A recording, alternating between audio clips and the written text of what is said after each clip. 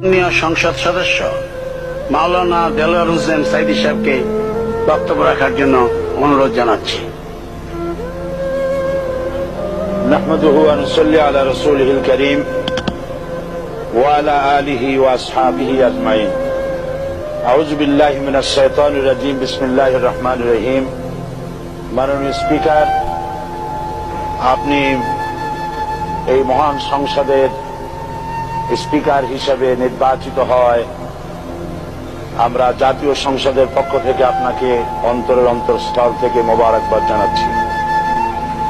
মাননীয় স্পিকার, আমি আজ এই সংসদে দাঁড়িয়ে ওই মহান আল্লাহ পাকের প্রশংসায় সেজদা অবনত হচ্ছি, যিনি 1 অক্টোবরের ব্যালট যুদ্ধের মাধ্যমে সুদীর্ঘ 5 বছরের দুঃশাসন, সীমাহীন দুর্নীতি, ইসলাম বিরোধী কর্মকাণ্ড, দেশব্যাপী ভয়াবহ সন্ত্রাসের মোকাবেলায় 4 দলীয় ঐক্য জোটের মহা বিজয় দান করেছেন এবং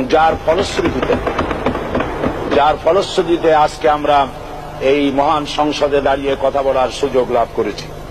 মাননীয় স্পিকার, আপনার মাধ্যমে আমি আমার অন্তরের অন্তঃস্থল থেকে দেশবাসীকে ধন্যবাদ জানাই। বিশেষ করে আমার নির্বাচনী এলাকা পিরোজপুর, নাজিরপুর, ইন্দুরকানীবাসী ভাই বোনদের প্রতি কৃতজ্ঞতা জানাই, যাদের অক্লান্ত পরিশ্রমে এবং মূল্যবান ভোটের মাধ্যমে আমি নির্বাচিত হয়ে মহান সংসদের সদস্য হওয়ার সুযোগ লাভ করেছি। মাননীয় স্পিকার, বাংলাদেশের 13 কোটি মানুষকে যারা পরিচালনা করবেন আজকে তারাই এই মহান সংসদে বসে আছেন। আমি আপনার মাধ্যমে তাদের উদ্দেশ্যে কিছু কথা বলতে চাই। জবাবদিহিমূলক সরকার, কল্যাণমূলক সরকার ও সুস্থ প্রশাসন, এই বাক্যগুলি আমরা প্রায় শুনে থাকি। এই বাক্যগুলির অর্থ সরকার স্বৈরাচার নয়, বরং জনগণের কল্যাণে জনগণ নিকট দায়বদ্ধ সরকার, যা আব্রাহাম লিঙ্কনের ভাষায় by the people, for the people, of the people. বর্তমান পৃথিবীতে মূলত গণতান্ত্রিক দেশে এখন সরকারকে বিবেচনা করা হয়। এরূপ সরকারের জনগণের সার্বভৌম ক্ষমতার উৎস হিসাবে বিবেচনা করা হয়, অর্থাৎ সংখ্যাগরিষ্ঠ প্রতিনিধিদের প্রণীত আইনই হল আইন এবং নির্বাচিত হবার পর সরকার হয়ে পড়েন সমগ্র জনগণের, আর বিরোধী দল হয় ছায়া সরকার।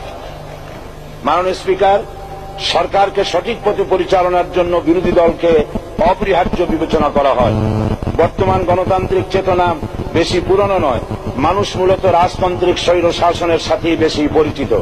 বস্তুত বর্তমান পৃথিবীতে গণতান্ত্রিক শাসন ব্যবস্থায় জবাবদিহিমূলক, কল্যাণমূলক, স্বচ্ছ প্রশাসনের যে কথাবার্তা আমরা শুনতে পাই, এর প্রথম উপস্থাপক হলেন বিশ্বনবী হযরত মুহাম্মদ রাসূলুল্লাহ সাল্লাল্লাহু আলাইহি ওয়াসাল্লাম। বর্তমান গণতান্ত্রিক ব্যবস্থাপনার সাথে ইসলামের মূল পার্থক্য হল সার্বভৌমত্বের ধারণা নিয়ে। ইসলামের দৃষ্টিতে সার্বভৌমত্বের মালিক জনগণ নয়, মালিক হলেন আল্লাহ রাব্বুল আলামিন। কিন্তু সরকার গঠন ও পরিচালনা জনগণের ইচ্ছার ভিত্তিতেই হতে হবে। জনগণের ইচ্ছার বিরুদ্ধে ক্ষমতায় থাকার অধিকার ইসলামের স্বীকৃত নয়। মাননীয় স্পিকার, সাধারণত লক্ষ্য করা যায় সরকার, সরকারি কর্মকর্তা, কর্মচারী বৃন্দ জনগণের উপর নানাভাবে জুলুম, নির্যাতন বা শোষণ করে থাকে। জনগণের খাদেম না হয়ে তারা হয়ে পড়েন জনগণের প্রভু। তারা জনগণের সম্পদকে তসরুপ করে। এই অবস্থা থেকে মুক্ত করার জন্য রাসূল করিম সাল্লাল্লাহু আলাইহি ওয়াসাল্লাম সরকারি কর্মকর্তা ও কর্মচারীদের মধ্যে তীব্র দায়িত্ব অনুভূতি জাগ্রত করে তিনি বলেন, ঘুষ দাতা ও গৃহীতা উভয় জাহান্নামী। নবী করিম সাল্লাল্লাহু আলাইহি ওয়াসাল্লাম আরো বলেছেন, আমরা যদি কাউকে কোনো রাষ্ট্রীয় দায়িত্ব প্রদান করি তখন সেই ব্যক্তি তার ব্যক্তিগত কাজ যতটা নিষ্ঠা ও আন্তরিকতার সাথে পালন করে, রাষ্ট্রীয় দায়িত্ব যদি সেভাবে পালন না করে তবে কিয়ামতের দিন তাকে উল্টো করে জাহান্নামে নিক্ষেপ করা হবে। রাষ্ট্রীয় সম্পদ তসরুপের ব্যাপারে কঠোর হুঁশিয়ারি উচ্চারণ করে বিশ্বনবী মুহাম্মদ রাসূলুল্লাহ সাল্লাল্লাহু আলাইহি ওয়াসাল্লাম বলেছেন, রাষ্ট্রীয় দায়িত্ব পালনকারী কেউ যদি 1 টুকরা সুতা বা তার চেয়েও ক্ষুদ্র কোনো জিনিস খেয়ানত করে তবে কিয়ামতের দিন খেয়ানতের বোঝা মাথায় করে তাকে উঠতে হবে। মাননীয় স্পিকার, আল্লাহ রসুল যে সরকার ব্যবস্থা প্রতিষ্ঠা করেছিলেন তা সত্যিকার অর্থে ছিল জনকল্যাণমূলক সরকার। তার সরকারে দায়িত্ব পালনকারী ব্যক্তিবর্গের মধ্যে চরম দায়িত্ব অনুভূতি জাগ্রত করে দেওয়া হয়েছিল। এটা সম্ভব হয়েছিল কেবলমাত্র আখিরাতের তীব্র বিশ্বাস ও মহান আল্লাহর দরবারে জবাবদিহিতার অনুভূতির মাধ্যমে। মানুষের নিকট জবাবদিহিতা পাশ কাটিয়ে যাওয়া যায়, কিন্তু আল্লাহর নিকট জবাবদিহিতা পাশ কাটানোর কোনো সুযোগ নেই। মাননীয় স্পিকার, নবী করিম সাল্লাল্লাহু আলাইহি ওয়াসাল্লামের সরকার ব্যবস্থাপনায় সবাই যেমন আইনের দৃষ্টিতে সমান অধিকার ভোগ করেছে, ঠিক তেমনি ভাবে রাষ্ট্রের নাগরিক হিসাবে সবারই মৌলিক চাহিদাসমূহ পূরণ হয়েছে। ঋণগ্রস্ত এতিম অসহায় জনগণ রাষ্ট্রীয় তহবিল থেকে সহযোগিতা লাভ করেছে। মূলত এটা জনকল্যাণমূলক সরকারের ধারণা বিশ্ববাসী তখনই প্রথম অবলোকন করে।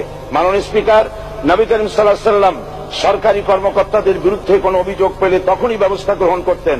আইনের চোখে সবাই সমান এবং এ কারণেই শাসকদের আত্মীয় স্বজন কারো পক্ষে সম্ভব ছিল না জনগণের উপরে জুলুম করা। খলিফা ওমর রাদিয়াল্লাহু তাআলা আনহুর এক ছেলে অপরাধী প্রমাণিত হলে সে দণ্ডভোগ থেকে রেহাই পায়নি, এমনকি এতে তার মৃত্যুদণ্ড হয়েছিল। আবার খলিফা নিজেকে আইনের ঊর্ধ্বে মনে করতেন না, তাই বর্ম চুরির ঘটনা আলী রাদিয়াল্লাহু তাআলা আনহু কাজীর দরবারে সাধারণ ফরিয়াদির মতো উপস্থিত হন। নিজের ছেলে ও চাকরের সাক্ষী যথেষ্ট না হয় কাজী খলিফার বিপক্ষে রায় দেন। এখানে বিচার বিভাগ ছিল সম্পূর্ণ স্বাধীন এবং শাসন বিভাগের নিকট তার কোনো দায়বদ্ধতা ছিল না। মাননীয় স্পিকার, এসব হলো ইতিহাস। মুসলমান আজ অনুসরণ করতে চায় না তাদের অতীতের গৌরবোজ্জ্বল। মাননীয় স্পিকার, যে জাতির এক পূর্বসূরি মাথায় আটার বোঝা বহন করে নিয়ে চললেন আর বলে গেলেন, মানুষ কেন, ফোরাতের কূলে যদি একটি কুকুরও না খেয়ে মারা যায় তবে এই ওমর রাদিয়াল্লাহু তাআলা আনহুকে কিয়ামতের দিন আল্লাহর দরবারে জবাবদিহি করতে হবে। আর আজ সেই জাতির দায়িত্বশীল যা জনগণকে অভুক্ত রেখে তাদের মুখের গ্রাসে ভাগ বসায়। জনগণ তাদের নিকট উপস্থিত হলে মনে হয় যেন গোলাম প্রভুর দরবারে উপস্থিত হয়েছে, আর অহেতুক উৎকোচ দাবি করে তাদের উপর জুলুম করছে। আর আল্লাহ পাক জালিমকে কখনোই পছন্দ করেন না। মাননীয় স্পিকার, আমি দৃঢ়ভাবে আশা করি এই অবস্থা কাটিয়ে উঠিয়ে আমরা রাসূল করিম সাল্লাল্লাহু আলাইহি ওয়াসাল্লাম কর্তৃক প্রদর্শিত রাষ্ট্র ব্যবস্থার অনুসরণ করে একটি সুখী সে তাই আজ পৃথিবীর অধি আগ্রহে অপেক্ষা করছে ইসলামের আলোকে এমন এক রাষ্ট্র ব্যবস্থার যেখানে দায়িত্বশীলরা আল্লাহ তাআলার কাছে জবাবদিহিতার পাশাপাশি জনগণ নিকটও জবাবদিহি করতে বাধ্য হবে। মাননীয় স্পিকার, অনেক ত্যাগ ও তিতিক্ষার রক্তের বিনিময়ে গড়ে উঠেছে আমাদের গণতান্ত্রিক প্রতিষ্ঠান এই জাতীয় সংসদ। এই সংসদের সম্মান রক্ষা করার দায়িত্ব আমাদের সবার।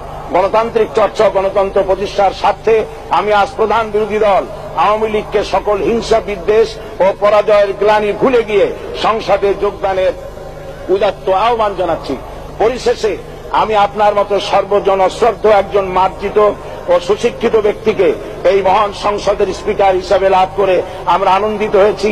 আমাদের সংবিধানের সংরক্ষণ, সমর্থন ও নিরাপত্তা বিধান এবং আপনার অভিভাবক সুলভ নিরপেক্ষ আচরণ ও সংসদকে ধন্য করবে বলে আমরা বিশ্বাস করি। আপনাকে ধন্যবাদ। আসসালামু আলাইকুম ওয়া রাহমাতুল্লাহ।